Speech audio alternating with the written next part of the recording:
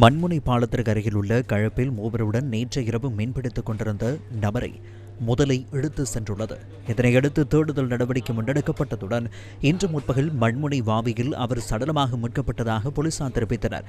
புதுக்குடியிருப்பு ஆயுர்வேத வைத்தியசாலை வீதியைச் சேர்ந்த 2 பிள்ளைகளின் தந்தையான 31 வயதான ஒருவரை உயிரிழந்துள்ளார்.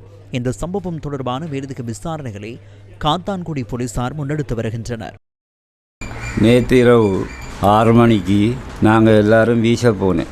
அதோடு அந்த புதுக்குடி பொடியனும் வந்து அவனோட வீசிட்டு இருக்கக்குள்ள எனக்கு முன்னுக்கு இன்னொரு ஆள், அதுக்கு பின்னால் நான், அதுக்கு 3வது ஆளாக இந்த பொடியன், அதுக்கு அடுத்த ஆள் இன்னொரு ஆள், 4 பேர் நாங்கள் நின்று அதோட வீசிட்டு இருக்கக்குள்ள அவன் பொடியன் சொன்னான், மாமா நான் லைட்டை பற்ற வைக்க போகிறேன் நின்று சொல்லி, அதுக்கு பிறகு அவன் லைட்டை பற்ற வச்சு போட்டு கம்பை குத்தி நாட்டி, அது நாட்டின மட்டும்தான் எனக்கு தெரியும். அதுக்கு பின்னால் நாங்கள் அங்கால வீசிட்டு நின்று அதுக்கு பிறகு என்ற சத்தம் மட்டும் கேட்டுச்சு. அங்கே வார டைமில் ஆளை பிடிச்சிச்சு. அந்த ஆளை முதல்ல பிடிச்சி ஒரு தரம் தூக்கி காட்டி அதோட கொண்டு போய் தண்ணிக்குள்ளே சாப்பிட்டுட்டு, ஏனெண்டா அது நாங்கள் நிற்கிற இடம் ஆழம். அவங்களால இந்த முதலையால் மிகவும் அச்சுறுத்தல், பல பக்கத்திலேயும் கிடந்து இந்த மம்மன் ஆற்றுல கொண்டு வந்து முதலையோட விட்றாங்க.